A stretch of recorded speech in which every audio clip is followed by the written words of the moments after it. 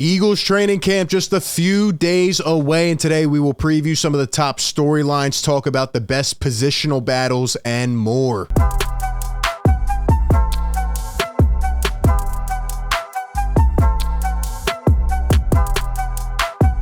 What is going on, everybody? Welcome into A to Z Philly, your number one home for Eagles coverage. Be sure to hit the like button if you enjoy the show, and as always, subscribe and ring that bell down below. That way you don't miss any of the coverage. We will be breaking it all down for you here on the show, but today RB back with another one from the link, and we will get into some of our biggest storylines, the things to really look out for over the next couple of weeks.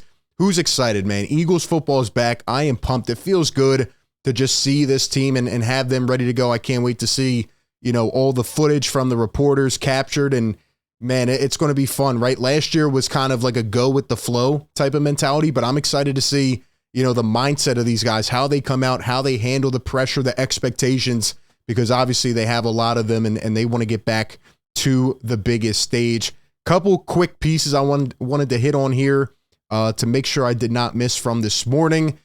The WIP morning show sparked a debate talking about Nick Sirianni. They say that the jury's still out on Nick. This is from former Eagle John Ritchie, who says that we watched our coach get his pants coached off by the guy on the other sideline during the Super Bowl.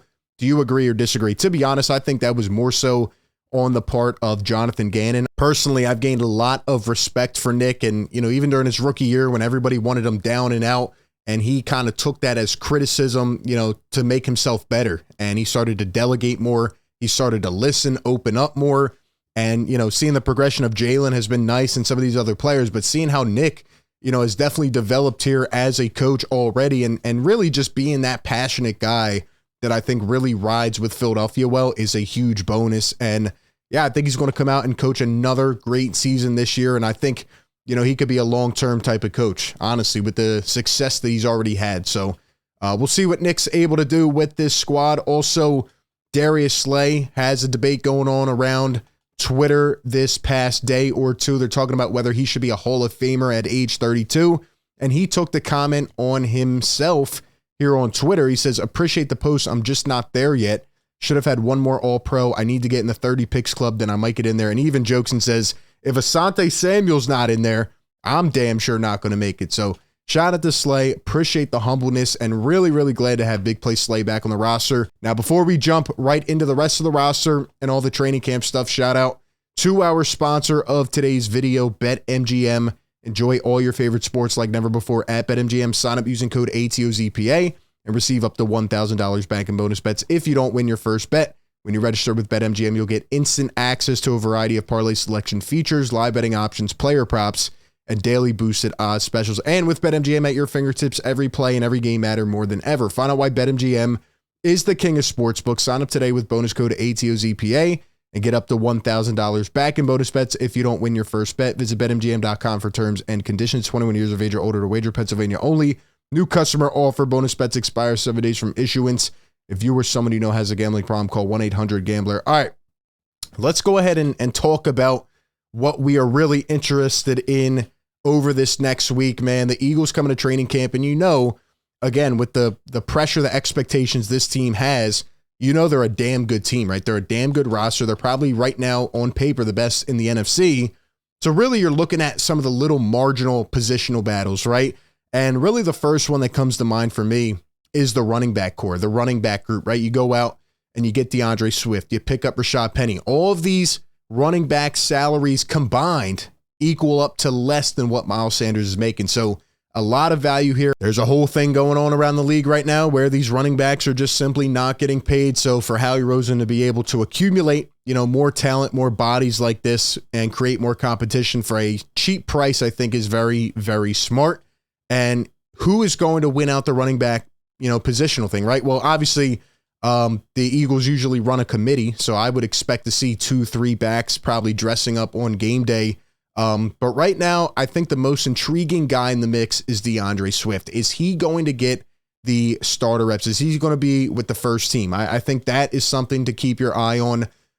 He can create a different dynamic for this Eagles offense, being able to catch out of the backfield. It's something that this team has not had. They have so many different dynamic playmakers in different multitudes, but the fact that they now have a running back who can catch out of the backfield makes him a very valuable asset. Kenneth Gainwell had a couple great games in the playoffs. I expect him to take another step up. And then obviously Boston Scott is my guy, man. I just love the way he's able to complement some of these backs. Who knows about Rashad Penny? Can he come back from injury and play well? I think it'll be interesting to see all these guys, as camp bodies, but I don't think they're all going to make the final roster. So I would probably expect one to get cut, and we'll have to wait and see how it plays out. But right now, I think DeAndre Swift is kind of that X factor. Like if he ends up starting, I mean, that could be something to kind of, throw the dynamic out of mix a little bit. I don't know if people expect that, but he had a good game against the Eagles last year. He's had, productive stats. It's just the Lions didn't really have space for him anymore after they used their first round draft pick on Jahmyr Gibbs. So definitely interested to see how the running back core plays out. The next group that I will be looking at is the Eagles linebacker core. And I think this is one area where they still can definitely address some needs, right? Obviously, Nakobe Dean during OTAs came out, and with Eagles' new defensive coordinator, another thing to watch, right? Kind of the schemes and what they're running. Obviously, we won't get too much. It'll be more drill-based at first, and then we'll get into like the scrimmage stuff, the 7s-on-7s. But, Sean Desai, Brian Johnson, like how will they go about these things? How much power will Nick Sirianni have? What will he be doing regularly? These are some of the little things I'll be looking out for. But on the defensive side, Nakobe Dean was given a lot of power by Sean Desai. Even in the OTAs, he was out there running the defense. And right now, the Eagles linebacker core stands with Nakobe Dean, Nick Morrow, and Christian Ellis, maybe Sean Bradley. Davion Taylor is not really in the mix that much. Some of these guys will probably end up as special teamers, but Nakobe Dean, it has to be a make or break year for him. I feel like last year was kind of that, nurse him into it, let him watch, let him monitor, how these guys go about their business. But now, right, you're a high draft pick, you have to produce. And, we're all excited about the Philly Dogs. I think Nakobe Dean might have the most important role out of all of them, right? The Eagles go out, they lose TJ Edwards, who was an anchor in this defense. They lose Kaiser White. Can Nakobe Dean step into those shoes? Can he produce from day one? He'll probably be the starting off-ball linebacker, but, he's going to step into a huge role, right? Right over the middle of that defense. Nakobe Dean's going to have to be a leader, and I think he has the capability to do it, but does he have the talent? Does he have it on the NFL level? I will be very much keeping my eyes on Nakobe Dean and also Nick Morrow, right? Could Christian Ellis, who was very much talked about during the OTAs, right? He made a couple huge plays. Could he step up and potentially become a starting linebacker on this team? A lot of competition there, and maybe they could look elsewhere even during the season to try to bring in some help. But, that's really one of the positional groups where I think they're a little bit on the lesser side. And I guess maybe a little bit of a wild card positional group that I'll be looking at is the offensive line. We kind of pretty much know who the starting, I'd say 4 or 5 is going to be, but could Tyler Steen, the rookie out of Alabama, give Cam Jurgens a little run for his money?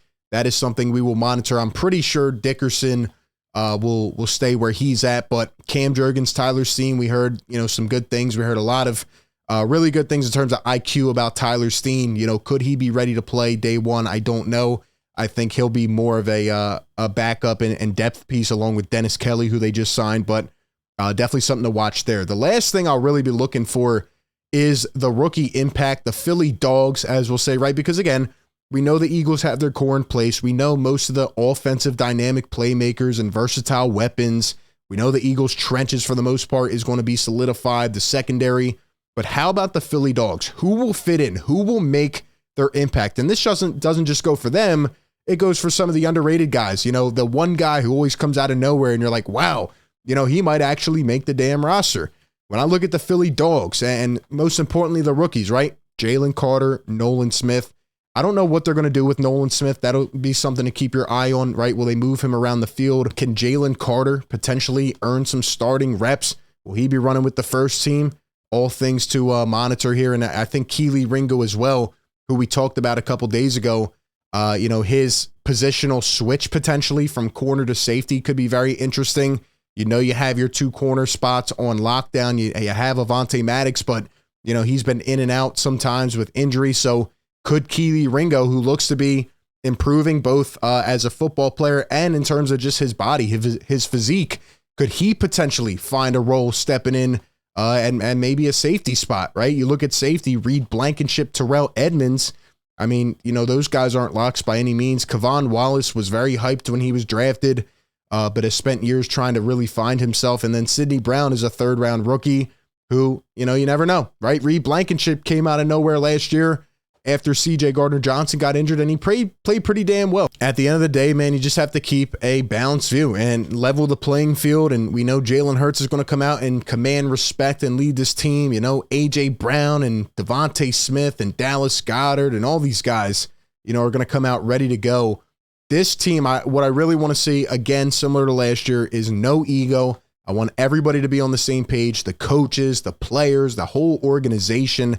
You know, Howie Roseman is looking for ways to constantly get better, but I think now, you know, they have to come into camp knowing we can be that team. We will be the best team, and we need to show it and prove it every single day. It's no longer you know, look at this journey run going 5-0, 6-0. No, now people expect you to go 5-1, 10-1. You know what I mean? So I've seen some experts out there saying that the Eagles will be around 10 to 11 wins. I have them honestly around 12. I think their roster is just really, really good. You have to hope and pray that these guys stay healthy as well. For sure, that is a big part of it.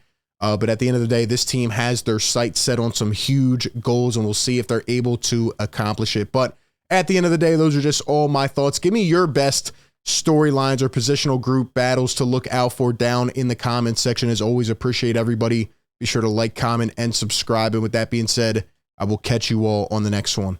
Peace.